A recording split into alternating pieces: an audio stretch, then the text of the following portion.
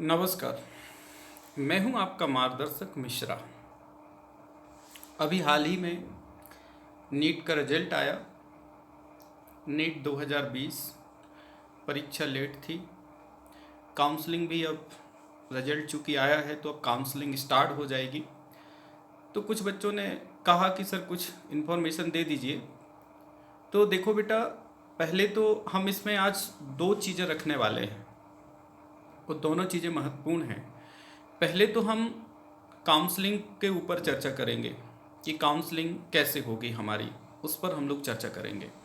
दूसरी चीज़ ये भी हम चर्चा करेंगे कि नीट के अंदर जो है, नीट का हमने जो ये एग्ज़ाम दिया है, इसमें हमें कौन कौन सी काउंसलिंग में पार्टिसिपेट करना पड़ेगा। और आप तो जानते हैं कि इस बार तो रिकॉर्ड ही टूट गया, नया रिकॉर्ड बना हुआ है। दो बच्चों के 720 out of 720 and then third fourth fifth six rank पर 715 मार्क्स आउट ऑफ 720।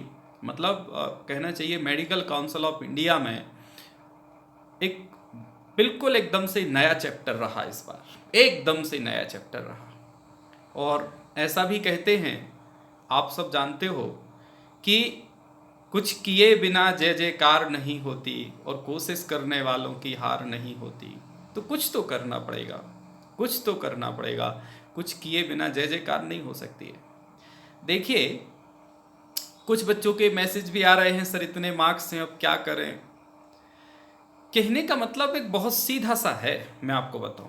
कुछ बच्चों के फ़ोन आते हैं कि सर अब हम क्या बाहर विदेश से कहीं सीट ले लें। मैसेज डेली चल रहे हैं। देखिए, एक बहुत छोटी सी बात आपके सामने हम रखना चाह रहे हैं।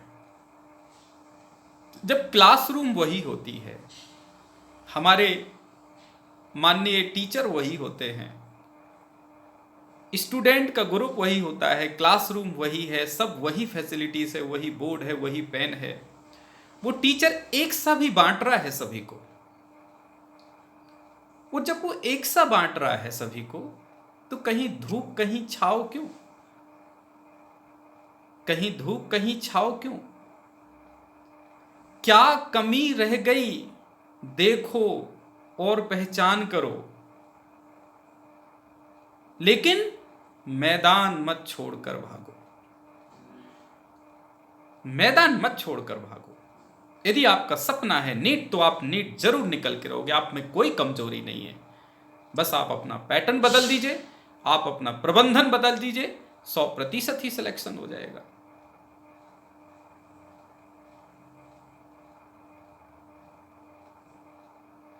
हमारे महामहिम पूर्व राष्ट्रपति जी ने कहा है कि यदि सूरज जैसा चमकना है तो वैसे ज्ञानवान होना भी, वैसे सूरज जैसा चमकना है तो वैसे सूरज जैसे चमकने के लिए उतना तपना भी जरूरी है। वैसा तपन भी जरूरी है कि हम वैसा हार्ड वर्क करें, उतना वैसा परिश्रम करें। क्योंकि एक चीज़ फिर हम बहुत महत्वपूर्ण कहना चाहते हैं, यहाँ हमारे जो शिक्षक होते हैं, हमारे जो गाइडर होते हैं, उनकी भी एक महत्वपूर्ण भूमिका होती है। देखिए, दो चीज़ें सिलेक्शन के लिए बहुत महत्वपूर्ण होती हैं। एक तो घर का प्रबंधन, घर की जागरूकता, घर का नॉलेज, ये बहुत बड़ी चीज़ें हैं। जैसे जिसकी फर्स्ट रैंक आई तो उसने बिल्कुल स्पष्ट भाषा में लिखा हुआ है कि मैं अपनी मदर के साथ में तैयारी करने के लिए गया। और कई गार्जियंस क्या करते हैं कि ऐसे फ्री भेज देते हैं, कोचिंग जाएंगे या जहाँ तैयारी करा रहे होंगे, पैसे की गठरी रहेंगे, दे आएंगे जाके, अब तुम जानो तुम्हारा काम जाने। अरे गलत करते हैं भाई आप। उसके साथ एक साल रहने की आवश्यकता है। कब उसको टाइम पे ब्रेकफास्ट मिल पा रहा है, कब उसका हेडेक हो रहा है, किस चीज़ से उसको टेंशन हो रहा है, क्या हो रहा है। एक गार्जियंस ही एक ऐसे हैं जो उसकी सब तकलीफें देख सकते हैं, समझ सकते हैं। ऐसे मत भेजिए। तैयारी कराना है तो खुद रहिए और पेशेंस भी रखिए। भाई कई बच्चे कहते सर मैं तो इस बार ही उठा के फेंक दूंगा। अरे ऐसा थोड़ी है। हमारे 11वीं 12वीं के कॉन्सेप्ट क्लियर है नहीं, हम नीट का सिलेबस पढ़ने चले। अरे चूंकि हम मानते हैं कि 11वीं 12वीं से ही नीट का सिलेबस बना है, लेकिन 11वीं 12वीं एक एकेडमिक है, नीट एक अलग चीज है। नीट एक कॉम्पिटिशन एग्जाम है। ऐसा नहीं है, ऐसा नहीं है जैसा आप समझते हैं। देखिए मैं फिर कहूँ, एक ज्ञानवान होना और एक पढ़े लिखे होना, दोनों में बहुत अंतर है। आप रट रटू के वो सब चीज़ें याद नहीं कर सकते हो, आपको उसको समझना पड़ेगा, आपको नॉलेजफुल बनना पड़ेगा। और 12th में कितना भी परसेंटेज आ जाए, 12th में आपका चलो 95-98% आएगा, मैं कहता हूँ 12th में 100% भी आ गया, तो उस 12th का परसेंटेज का कोई वैल्यू नहीं है। यदि आप ये नहीं कह सकते कि हम विदाउट सजेशन, विदाउट वर्क के हम नीट ऐसे ही उठा लेंगे, वो गलत है। क्योंकि मैं फिर कह रहा हूँ, लिटरेट होना और नॉलेजफुल होना, दोनों में जमीन आसमान का अंतर होता है। और इसके साथ साथ में एक्सपीरियंस भी बहुत महत्वपूर्ण होता है, और वो एक्सपीरियंस हमें उन्हीं टीचर से मिल सकता है जो लंबे टाइम से इस फील्ड में जुड़े हों। एक 11th-12th पढ़ाने वाला कोई भी टीचर अचानक कह देता है कि हम नीट पढ़ाना स्टार्ट कर दे रहे हैं। भाई एकेडमिक एक अलग कॉन्सेप्ट है, नीट एक अलग कॉन्सेप्ट है, दोनों कॉन्सेप्टों को अलग अलग प्रकार से लेके काम करने की हमें आवश्यकता है, जो बहुत महत्वपूर्ण है, इसको ध्यान रखिए। मैं आकांक्षा सिंह को बधाई भी देना चाहता हूँ, दिल्ली की बिटिया है, 720 में से 720 मार्क्स आए हुए हैं। उसने कहा कि मैंने 1 मिनट 45 मिनट में पेपर कर लिया।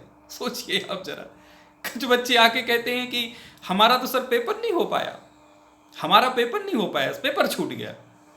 और कुछ कहते हैं कि हमने तो 1 मिनट 45 मिनट में पेपर कर लिया, और बाकी 1 घंटे सवा घंटे का टाइम मिला तो हमने फिर से देख लिया, फोकस कर लिया। यही तमाम प्रकार की चीज़ें कहलाती हैं मैनेजमेंट। टाइम मैनेजमेंट करना, स्टडी मैनेजमेंट करना, इस सब में घर का भी सपोर्ट होता है, टीचर का भी सपोर्ट होता है, सभी का सपोर्ट होता है। इतनी बड़ी सिलेक्शन के लिए कभी एक के ऊपर मत छोड़िए। मैं पेपर भी थोड़ा सा आपको पैटर्न समझाता हूँ, चलिए हम देख लेते हैं। इधर देखिए जरा बोर्ड तरफ आप। नीट की जो एग्ज़ाम है, नीट की जो आपने परीक्षा दी हुई है, जो विद्यार्थी क्वालिफाई हुई हैं, वो कौन कौन सी परीक्षाओं में, सबसे पहले तो MBBS की जो सीट मिलेगी आपको, वो भी यहीं से मिलेगी। फिर आपको BDS की जो सीट मिलेगी वो भी यहीं से मिलेगी। BAMS की जो सीट मिलेगी कॉलेज की, वो भी यहीं से मिलेगी। और BHMS की जो सीट मिलेगी वो भी यहीं से मिलेगी। ये 4 सीट आपको यहीं से मिलने वाली है।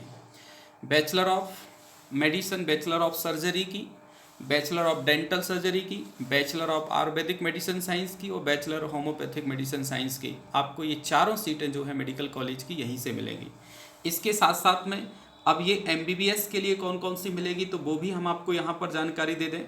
एक तो हमारे लिए कुछ बच्चों ने पूछा कि जो एम्स का एग्ज़ाम अब नहीं होना है, तो एम्स की भी हमें यहीं से मिलेगी, जो भारत में दिल्ली, भोपाल, सब जगह, रायपुर, जहाँ जहाँ ये मेडिकल कॉलेज हैं उनकी सीट भी हमें यहीं से मिलेगी।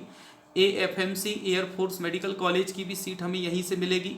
जिपमर की भी सीटें हमें यहीं से मिलेगी। ऑल इंडिया के जितने भी मेडिकल कॉलेज हैं, सभी मेडिकल कॉलेज की जहाँ जहाँ MBBS होती है उनकी सीट जो होगी, नंबर और रैंक और परसेंटेज बेस जो है वो हमें यहीं से मिलेगी।